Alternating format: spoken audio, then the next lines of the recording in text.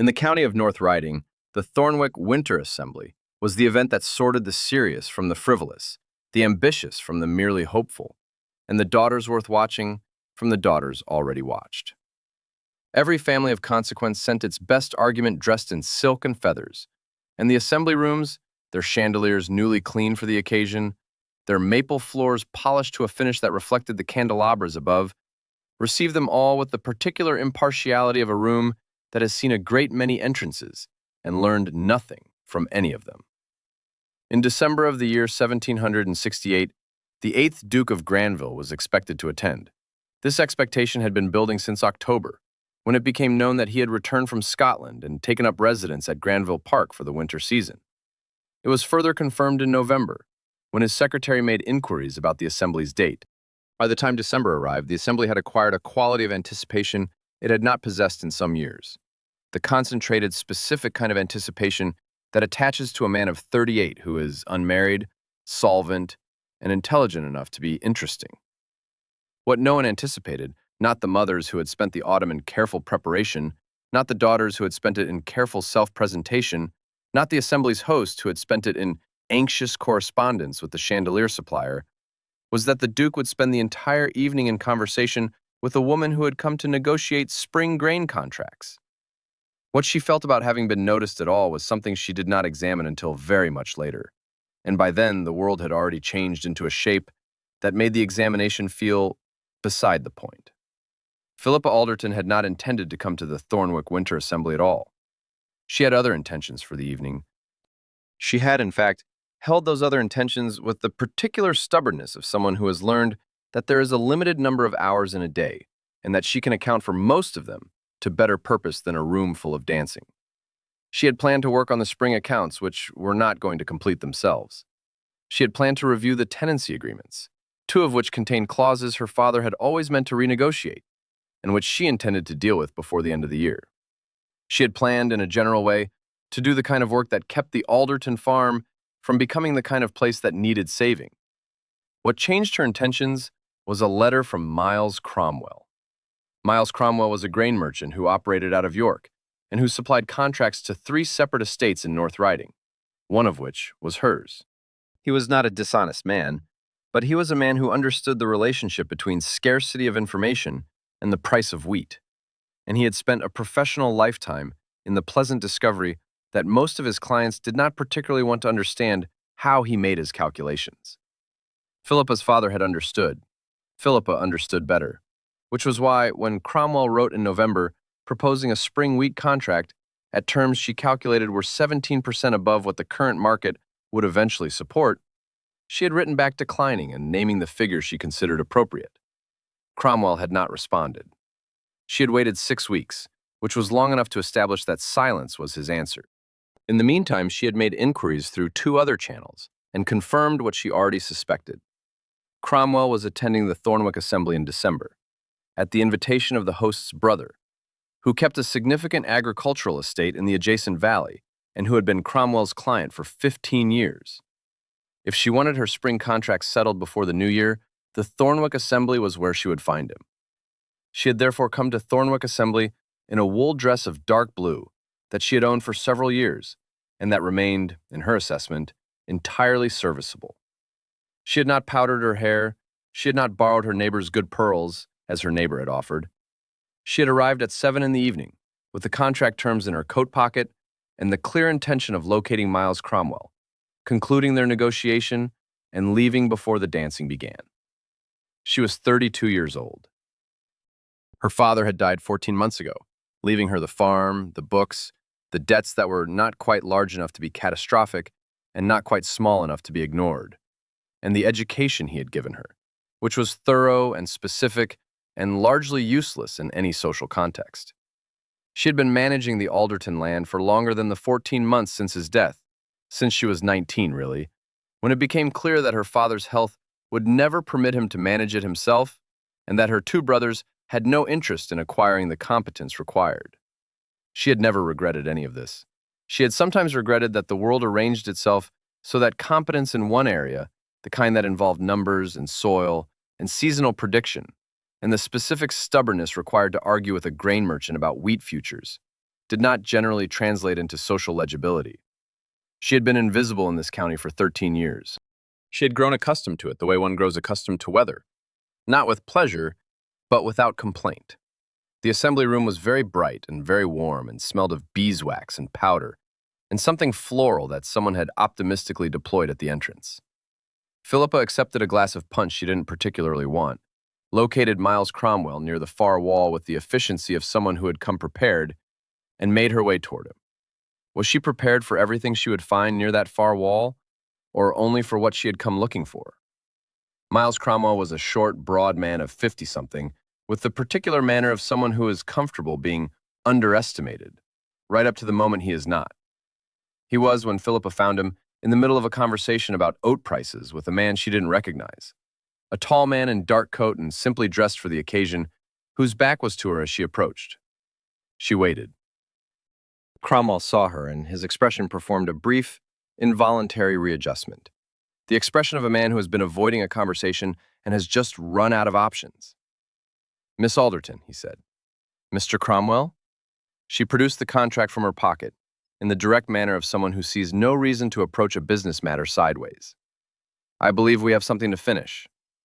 "This isn't quite the moment." "It will take 8 minutes," she said. "The terms I proposed in October still stand. I've had them looked at by 2 other assessments since then, and both confirm the July projection.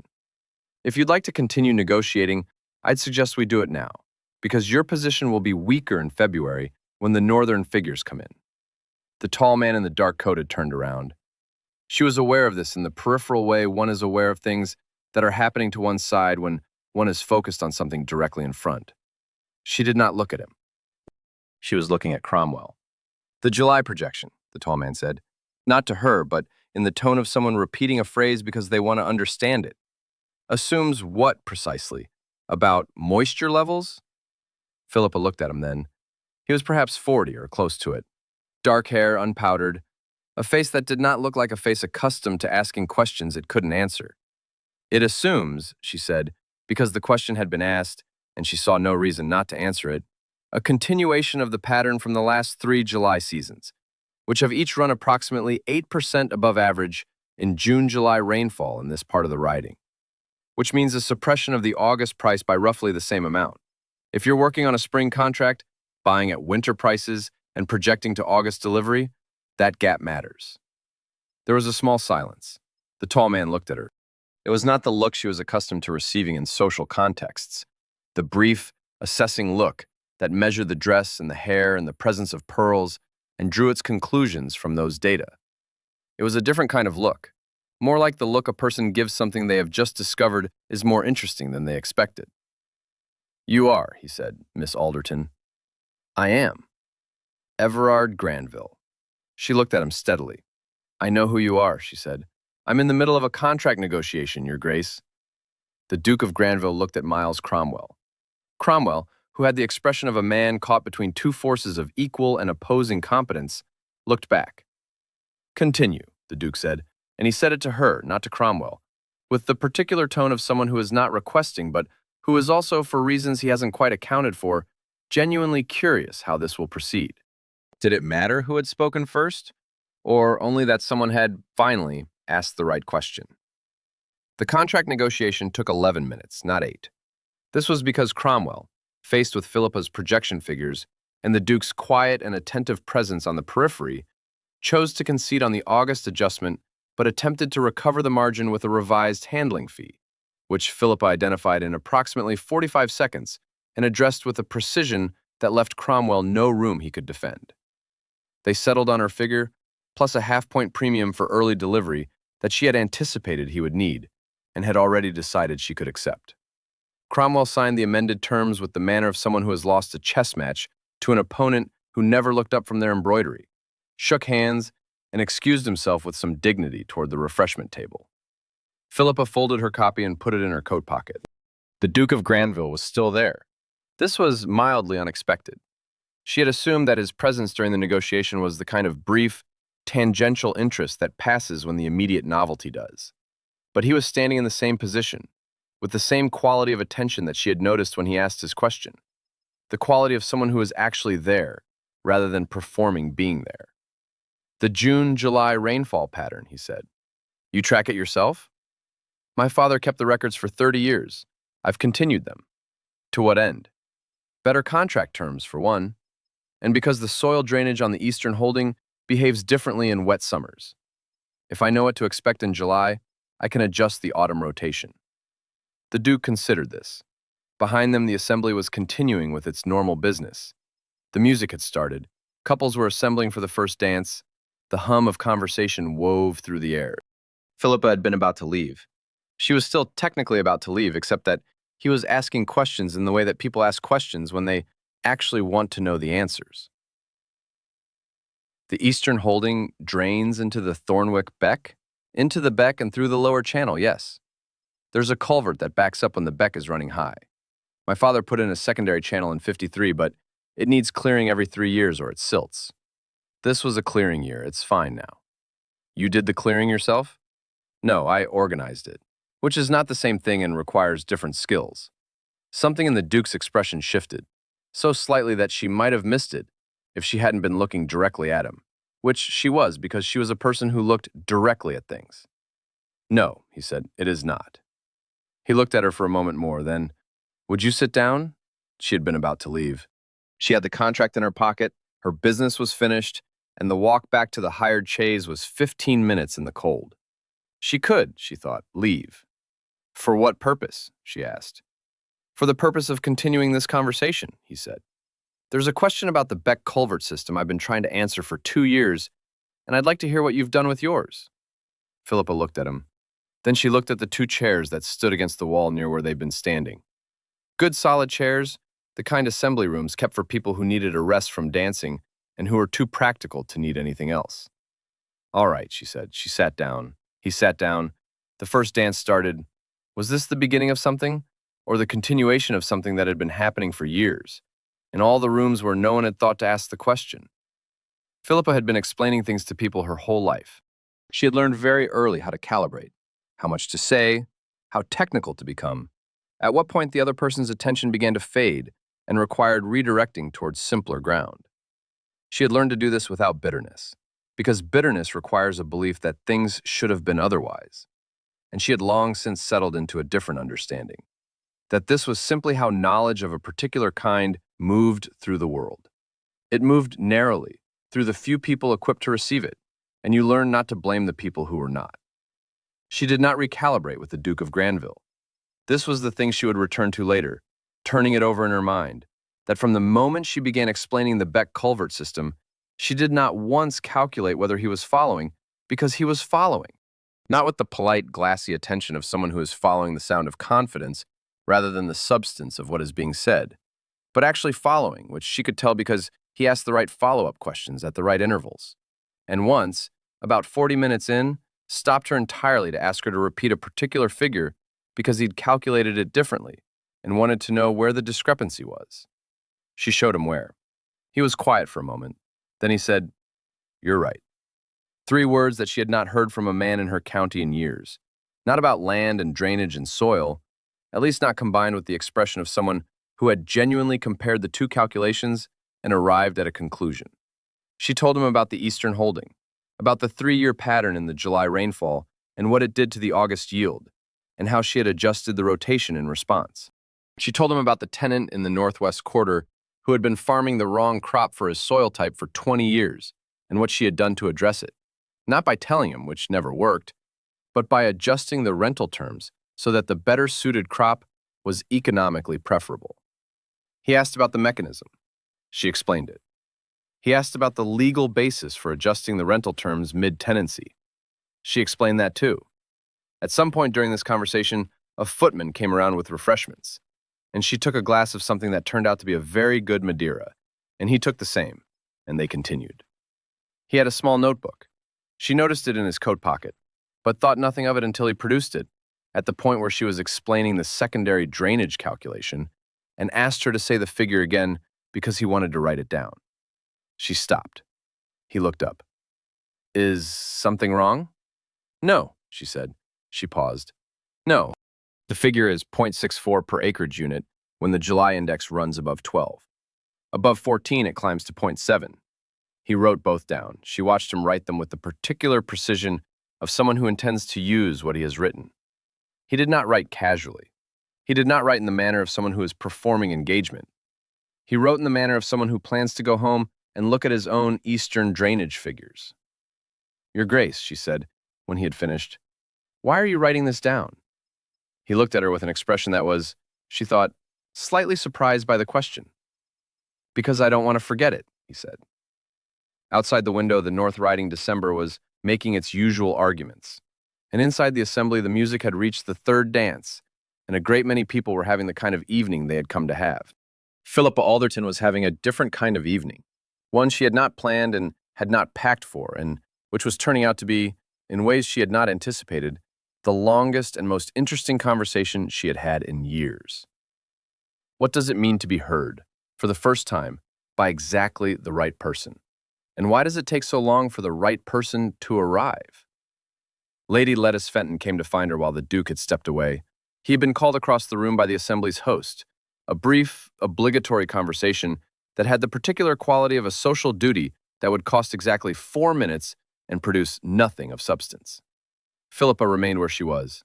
She was not, strictly speaking, waiting for him to return. She had simply not yet decided to leave. She had the contract in her pocket. She had nowhere pressing to be. She was watching the room with the same assessment she brought to any new environment, noting what it contained and how it was arranged and what the dynamics were between the different elements. Lady Lettice Fenton sat down in the chair the Duke had vacated. She was perhaps 35, dressed with the precise elegance of someone who understands that elegance is a form of argument, and who has been making that argument effectively for some years. Her posture suggested confidence of the kind that doesn't need to announce itself.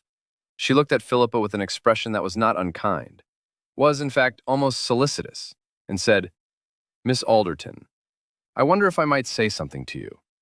"Please do." "You've been talking to the Duke for over an hour." She paused, as if giving Philippa time to acknowledge this as remarkable. "I wonder if you're aware that people have begun to notice." "I expect they have," Philippa said. "There are very few interesting conversations to notice this evening, so this one is probably conspicuous."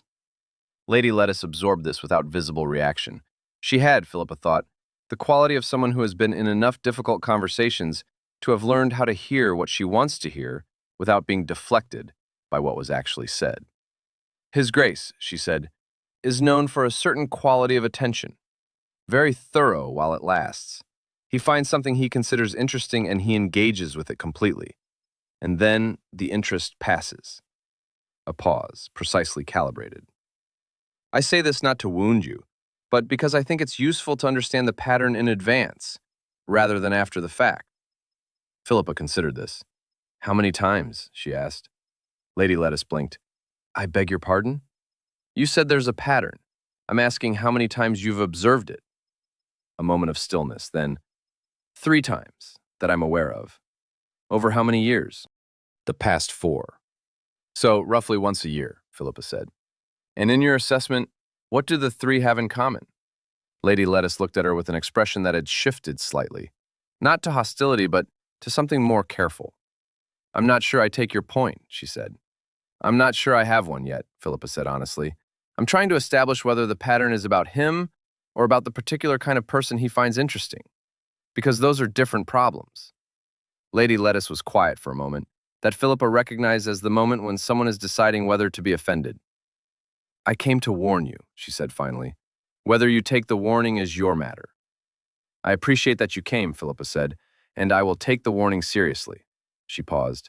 "I'm simply at an assembly talking to someone who asked me a question I found worth answering. Whatever else that is, I can manage it." Lady Lettice rose. She looked at Philippa for a moment with an expression that had moved, perhaps, from warning toward something more like assessment. "I hope you can," she said. She walked away. The 4th dance had started. At the far end of the room, the Duke was concluding his obligatory 4 minutes with his host, and Philippa could see from where she sat that he had the expression of someone completing a task he had been attending to with the smaller portion of his attention. Was Lady Lettice's warning genuine concern, or a different kind of intelligence entirely? And did it matter which, when the information itself was worth having? Gilbert Stanhope found her by the east window 20 minutes later. He was 70 or near it, a small, dry, precise man whose age had compacted rather than diminished him. His face had the permanent weather marking of someone who has spent most of his life outdoors, looking at things carefully, and his eyes had the quality that Philippa associated with people who understand that looking and seeing are not the same activity. He was dressed without distinction and carried himself without apology, which she took to mean either that he was so secure in his position that display was unnecessary, or that he had never found display interesting. She found out later that it was both. "Your father's drainage work," he said. He did not introduce himself. "The secondary channel on the Alderton Beck. I have his original consultation notes." Philippa turned from the window. "You were the Granville estate manager," she said. "He spoke of you." 41 years, Stanhope said. "I came to it as a young man, and I have not yet been persuaded to leave." He looked at her steadily. Thomas Alderton was a careful man, the kind of careful that produces documentation rather than memory. Those notes saved us a considerable argument in '59 when his solution was disputed by someone who hadn't read them. "He kept copies," Philippa said.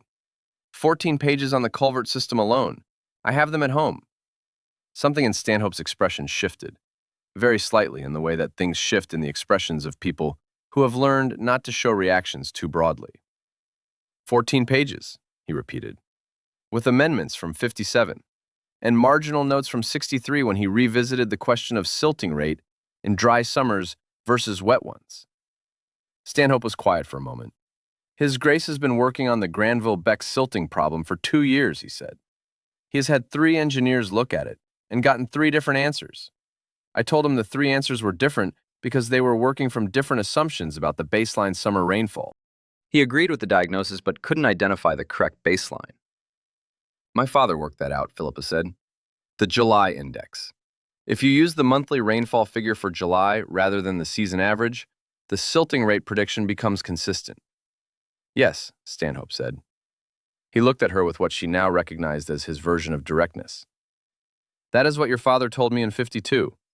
I have not been able to convince anyone since that it is both correct and provable, rather than merely correct." "I can prove it," Philippa said. "I've been tracking the July index for 13 years. The correlation is tight enough that if someone disputes it, they'd need to explain what mechanism they're proposing instead." Stanhope nodded once, slowly, in the manner of someone crossing a figure from a list of pending items. "I thought I'd mention it," he said. "When I saw His Grace speaking with you earlier, I've seen him have a number of conversations this evening, and I've watched him stop listening to most of them within 10 minutes. He hasn't stopped listening to you." He paused. "Your father was a man who made other careful men better at their work. It seems this may have been hereditary." He nodded once more and moved away. Philippa stood by the east window and let the cold coming through the glass touch the back of her neck and thought about 14 pages of her father's handwriting and a silting problem that had been sitting unsolved for 2 years across the valley. What does it mean to carry someone's understanding through time? And what does it mean when that understanding finally lands where it was always going? The assembly was not precisely over. There was music still. One of the musicians had continued on the pianoforte after the formal dances concluded, playing something quiet that was clearly for his own interest rather than for anyone else's. And there were perhaps 15 people remaining in the room, distributed in small groups near the fire and the refreshment table in the windows. The candles had not been replaced as they burned down, so the room was somewhat dimmer than it had been at its peak, and this had the effect of making the space feel both smaller and more comfortable, as if it had shed its formal ambitions and settled into something more honest. The Duke had found her again after his conversation with Stanhope. Neither of them had remarked on the time. They had picked up the thread of the drainage gradient question and followed it into a related question about soil type mapping in the adjacent fields, and from there into a discussion about the relative reliability of different mapping methods, and from there into a question that Philippa had been thinking about for several months, but hadn't had anyone to think about with. At some point, she became aware that the room had changed around them. "It's late," she said. "Yes," the Duke agreed. He did not appear to consider this a reason to stop. "I should—" She stopped. She had been going to say that she should go, but she was not certain she should, and she had a rule about not saying things she wasn't certain were true. "What were you going to say?"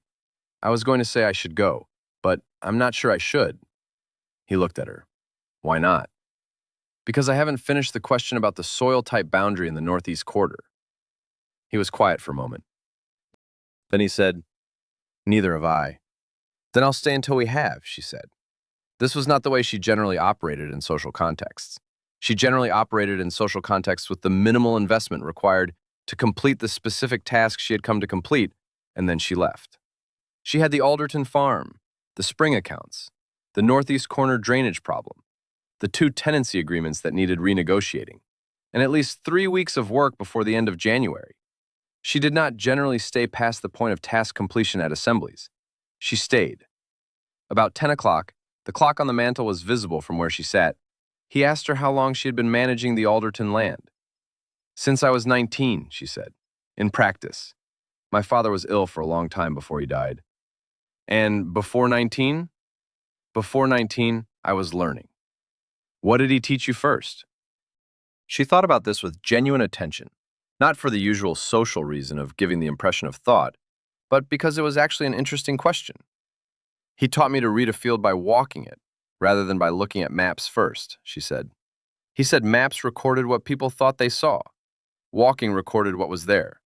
And when the two conflicted, the field was usually right." "I was taught the opposite," the Duke said. "How did that work?" "Badly initially.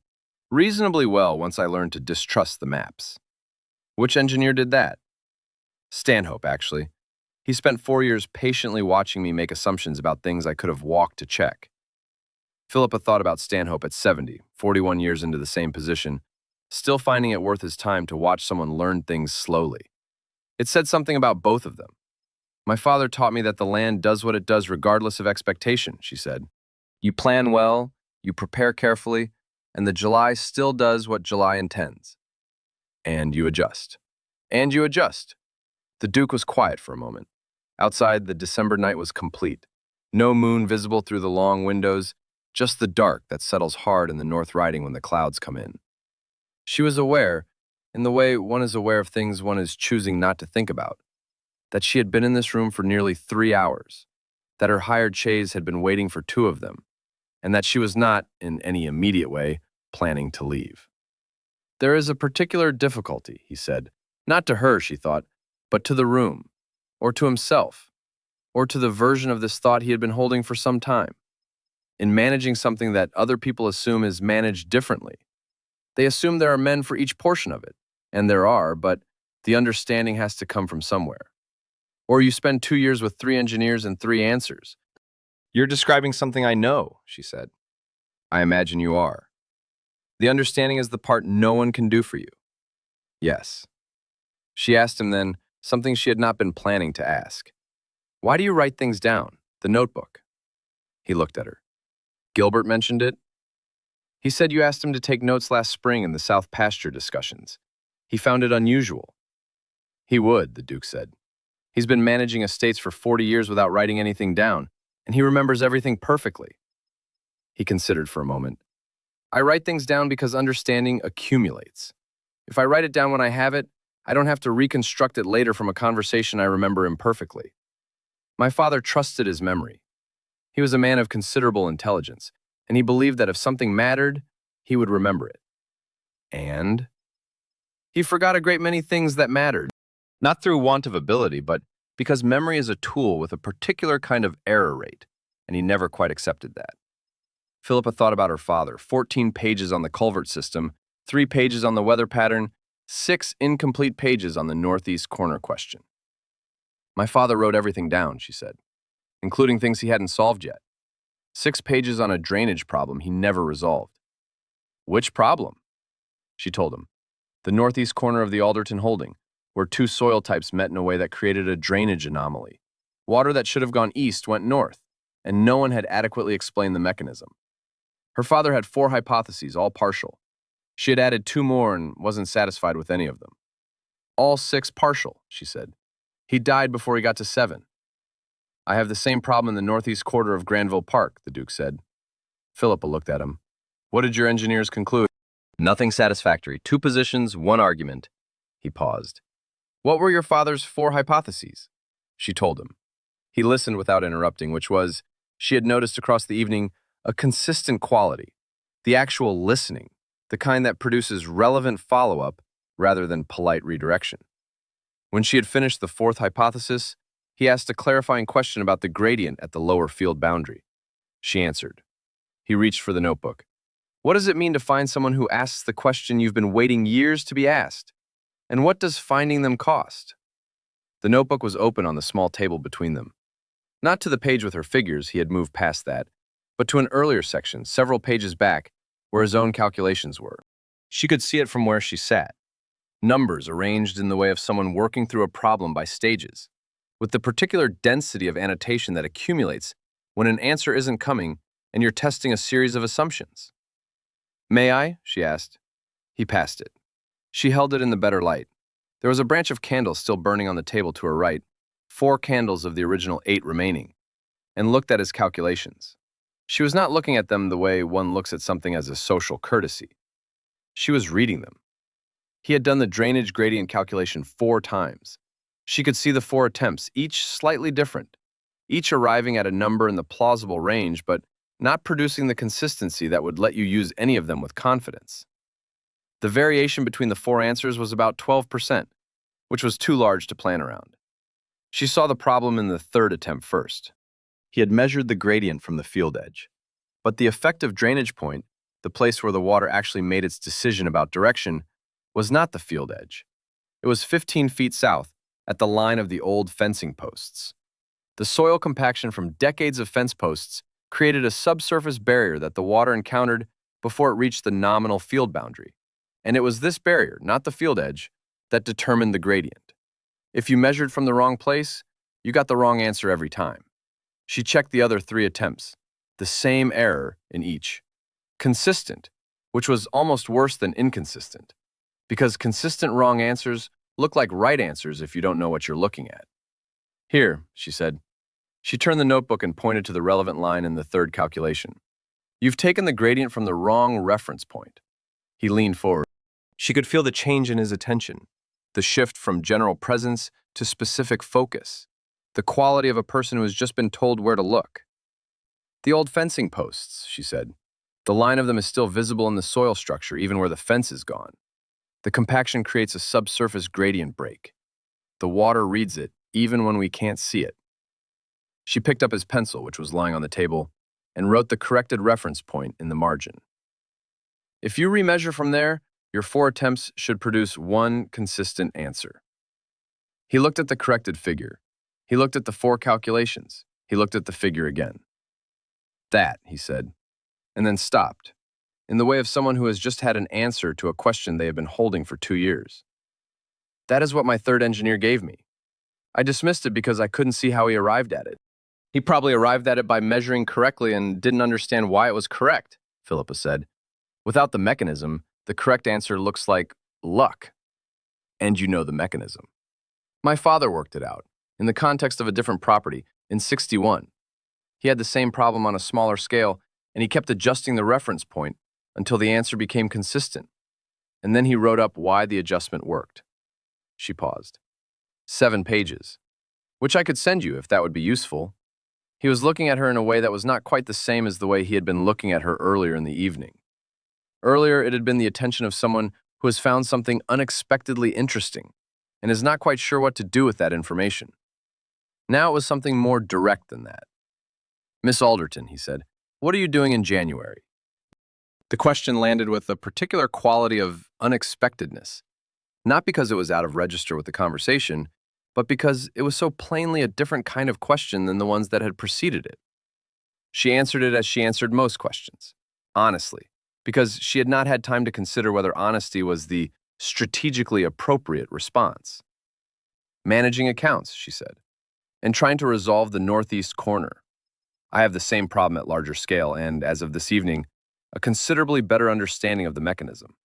He paused. He had a particular way of pausing before something that was, she was beginning to understand, how he handled the gap between knowing what he wanted to say and being certain it was the right thing.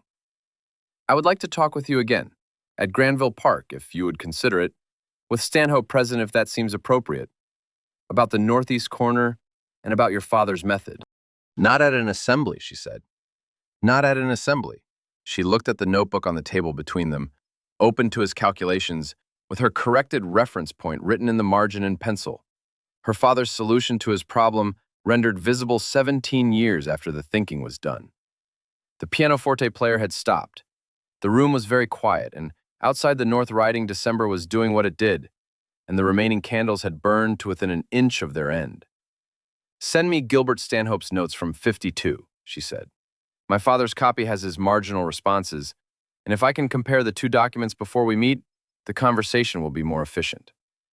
"I'll send them in the week." "Then yes," she said, "in January, if the roads are open. What is the difference between knowledge that exists and knowledge that is finally heard? And does it matter in the end who does the hearing, or only that it happens at all?"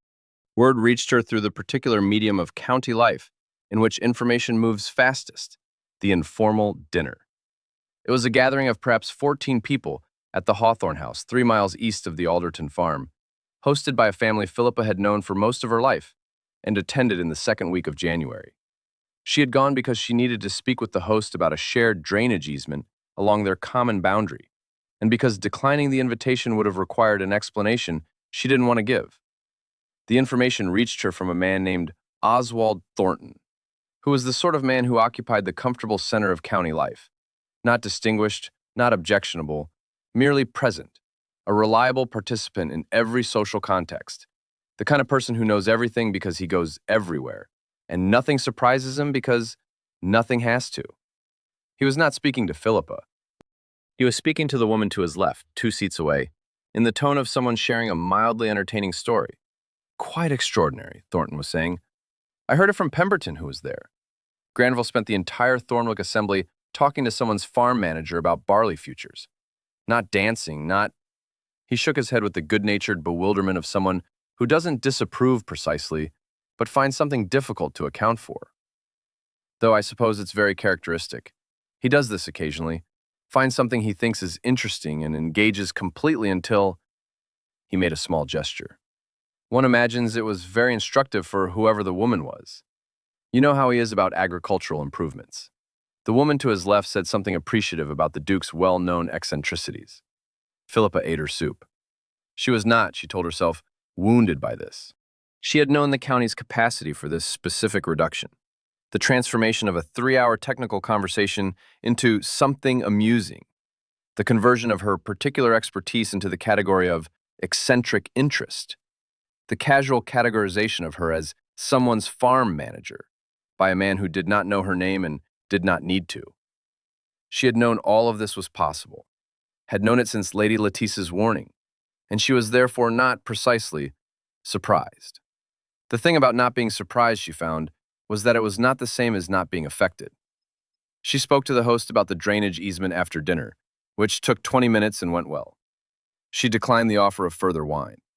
She collected her coat and her gloves from the hall table. On the road home in the cold, she was aware of a specific quality of tiredness. Not the tiredness of overwork, which she was well acquainted with, but the tiredness of having been, once again, invisible in the way that had been the condition of her life for 13 years, and of having, for the space of one December evening, briefly not been. What is the cost of being seen briefly, when the alternative is to be unseen indefinitely? And is the cost worth the temporary reckoning? The letter from Granville Park arrived on a Thursday, 11 days before the January meeting. It was from the Duke's secretary, a man named Hartley, who wrote with the formal precision of someone who handles correspondence for a significant estate and has developed a style that erases all surplus. The letter confirmed the date of the meeting, Thursday the 28th at 10 in the morning, and listed, in the brisk manner of an administrative notice, the names of those who would be present: the Duke of Granville, Gilbert Stanhope, the estate surveyor Charles Whitmore, and Miss P. Alderton. It had not been written by the Duke. This was not, Philippa told herself, a significant fact. He was a man who ran a significant estate and employed a secretary precisely in order not to write every letter personally. She knew this. She had organized her own correspondence on similar principles when there was enough of it to organize. She read it twice more. The formality of it. Miss P. Alderton, which she had not been called since the solicitor's letter 2 years ago, sat against the memory of the assembly evening with a kind of friction she couldn't quite resolve. The man who had written, "Because I don't want to forget it," in a notebook was somewhere inside the man who corresponded through Hartley about dates and attendance lists. But the relationship between them was not quite clear. She put the letter in her desk drawer. The following morning, she took out a sheet of paper with the intention of writing to request a postponement. She wrote 3 sentences. Then she stopped. She considered what the 3 sentences said, which was essentially that she had additional work in January that she had not anticipated, and that the meeting should be moved to February. This was true in the narrow sense that there was always additional work in January. It was not the reason she was writing. The reason she was writing was Oswald Thornton's dinner table. Someone's farm manager. Very characteristic. One imagines it was very instructive. She sat with the 3 sentences for a while. Outside, the January morning was doing what January mornings do in the North Riding, which is to be thoroughly itself, without asking anyone's permission. The northeast corner was out there, unsolved, and her father's 6 pages were on the desk with the letter from Hartley, and the 7 pages she had promised were on her shelf, and in 4 weeks, in 3 weeks and 4 days, someone with his own unsolved version of the same problem had asked her to come and work on it. She put the 3 sentences in the fire. Was the right question what other people saw in an evening, or what she had actually learned about her own capacity for doubt? Granville Park was larger than she had expected.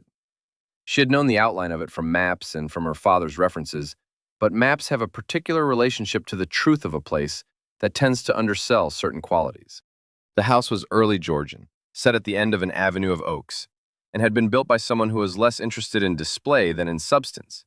You could see it in the proportions, in the decision to build deep rather than wide, in the quality of the stone which had been chosen for durability rather than beauty, though it had acquired a kind of beauty from the duration of its standing. Stanhope met her at the door. He was wearing the same combination of clothing he had worn at the assembly, with the addition of a heavy coat, which suggested that he was a man for whom clothing was a practical matter, and had long since reached a position that let him act on this belief. "Miss Alderton," he said, "His Grace is in the estate room." She had brought with her a leather case containing her father's 7 pages on the fencing post principle, her own 13 years of July rainfall records arranged in the format she found most useful, and a set of survey notes she had made of the northeast corner of the Alderton holding the previous summer, which included 3 measurements she had taken specifically because she was not satisfied with her own hypotheses. The estate room was at the back of the house, north-facing, with windows that looked out over the working part of the grounds, the kitchen garden, the yard, the approach to the south field. It was not a decorative room.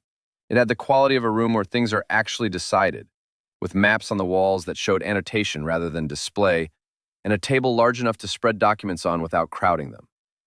The Duke was at the table when she came in, looking at something, and he stood when she entered.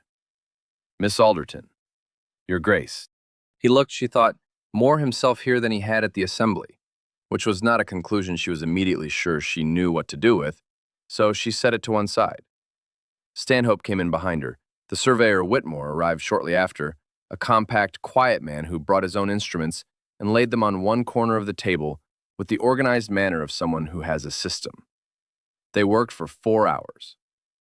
What happened during those 4 hours was the kind of thing that looks, from the outside, like a technical discussion, and but was also something else. The way that a conversation between people who are paying genuine attention to the same problem is always something else as well.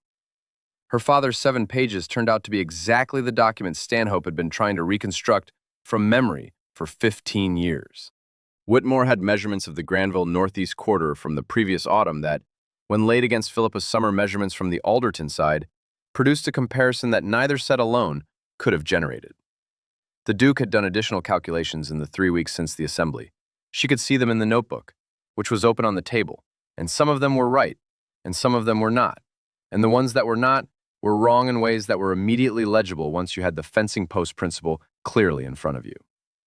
2 hours in, Stanhope said, "Here." He had laid 3 documents side by side, her father's 61 survey, Whitmore's autumn measurements, and a sketch map Stanhope had made from memory of where the original fence line had run before it was removed in '48. The 3 documents together showed something that none of them showed alone, which was that the fence line on the Granville northeast quarter ran at a slight diagonal to the apparent field boundary, a diagonal of perhaps 8 degrees, and that this diagonal was precisely what had been making the drainage model inconsistent. The water wasn't going the wrong way.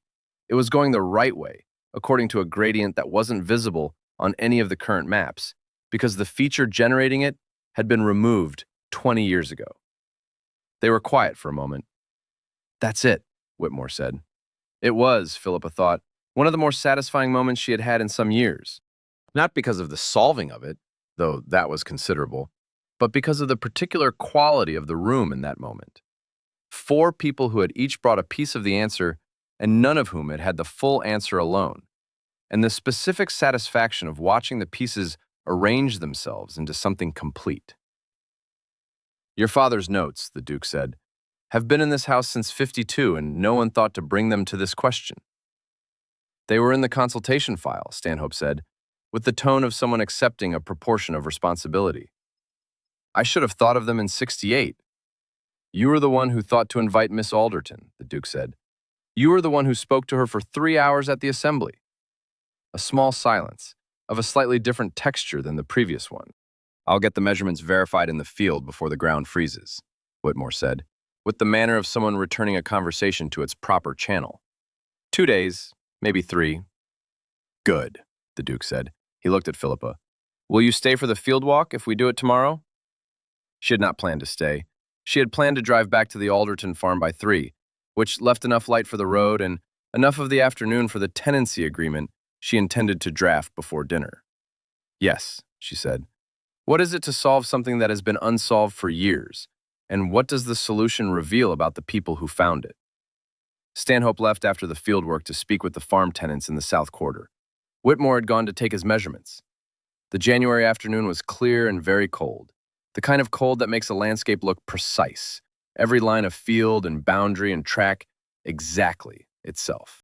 She and the Duke walked back to the house along the upper path that ran above the northeast quarter, and she could see the line of the old fence in the frost, faintly, a slightly different texture in the ground that you had to know to look for. She pointed to it. He looked. "You can see it," he said. "You can see it now that you know what it is. I walked this path twice a week last summer and didn't see it. You were looking at the field, not the boundary." He was quiet for a moment. They were walking at the same pace, which was an efficient pace, not slow for the sake of the walk, but not hurried either. "I want to show you something," he said when they came back inside. He went to the table where the notebook still lay and opened it not to the calculation pages, but to the very beginning, the first page. She looked at it.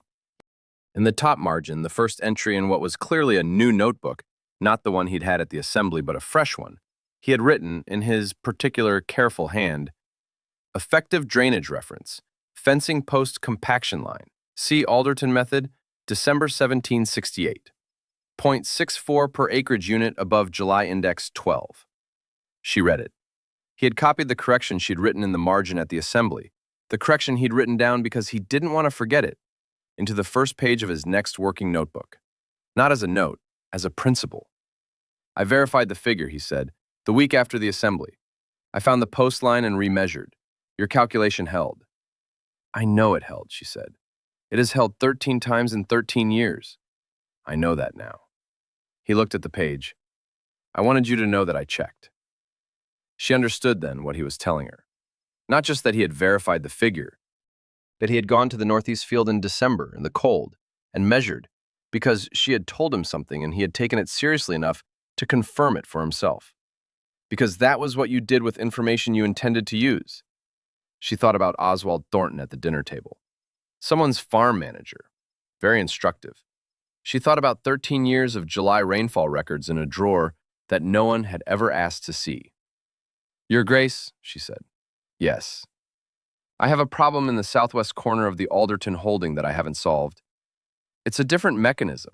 I think it involves the clay layer depth, but I haven't been able to confirm it because I don't have the right comparative data." "What comparative data would you need?" "The Granville Southwest Quarter borrows from the same aquifer. If you've done any depth measurements there in the past 5 years, the comparison would probably answer the question." Stanhope measured it in '66. Then between his measurements and mine, the mechanism should become visible. She paused. "I would need a day with the documents." "I can give you a week with the documents," the Duke said. "There's a library that no one uses for anything useful." She looked at him. "And after the southwest corner?" "After the southwest corner," he said, There is the Westfield boundary question, which has been producing inconsistent measurements since '49, and which I suspect has the same general type of explanation as the Northeast Quarter. And after that, there are the 3 Beck systems in the lower pasture, none of which I understand as well as I'd like. That is several months of work. Yes. My spring planting schedule starts in March. The Granville spring schedule starts in March as well. The Westfield boundary question could be done in February, and the Beck systems could begin in April, around both our planting requirements. She was quiet for a moment. Is this a formal arrangement you're proposing? He had a way, she had learned over the course of the day, of being entirely still when he was thinking carefully. He was still now. I'm proposing, he said, whatever arrangement you'll agree to. He paused. I am also proposing that if the arrangement runs as long as the remaining questions suggest it might, it would be more efficient to organize it in a way that doesn't require you to drive back to the Alderton farm every evening. She considered this carefully, which was her habit with anything that contained several layers. That is a remarkably practical way of suggesting something that isn't entirely practical, she said. It is how I say things. I know, she said. I've been watching you do it all day. He looked at her, the same look she'd received at the assembly when she'd given him the July rainfall figure. The look that meant he was actually looking, not performing it. I don't want to wait for another assembly to ask you questions, he said. It was, she thought, the most direct thing he had said since they met. It was also, characteristically, framed as a practical statement. The southwest corner is real, she said, and the Beck systems. And I would like to see Stanhope's 66 measurements. They'll be on the table tomorrow. Then I'll come back on Tuesday. They were married in April at the Thornwick Church on a Tuesday morning, which was the most efficient day of the week for everyone involved. The northeast corner problem was resolved in March, with a solution that her father had not thought of: a lateral drain at the sub-clay level that redirected the anomalous flow before it reached the surface gradient at all. Philippa wrote it up in 8 pages, including the 3 hypotheses her father had not pursued, and put them with his 6 in the same folder. The folder was now 14 pages. She thought it might reach 20 by spring. Gilbert Stanhope attended the wedding without visible emotion and did not remark upon it to anyone on the estate. For the next several years, however, he consistently scheduled the Southfield discussions for Thursday mornings, which was when Philippa's week was arranged to begin with estate work, and which meant she was always present for them. No one asked him about this directly. He would not have found the question interesting. Lady Lettice Fenton heard the news of the engagement from a reliable source before it was generally known, and was quiet for rather longer than usual. When she finally spoke, she said, "She did say she could manage it," which was, those who knew Lady Lettice agreed, almost certainly intended as a compliment. Miles Cromwell, the grain merchant, received a letter from Philippa in February regarding the summer wheat contracts and found, upon reading it, that she had correctly predicted the shift in the August market that he had been planning to use as a negotiating advantage. He wrote back with revised terms. She accepted them. The price of barley in August came in at exactly the figure she had given the Duke on the evening of the Thornwick assembly, when he had asked her a question no one else in the room had thought to ask, and she had answered it, and he had written it down. What had been visible that December evening to anyone paying attention, and what does it mean to pay the kind of attention that changes what you see?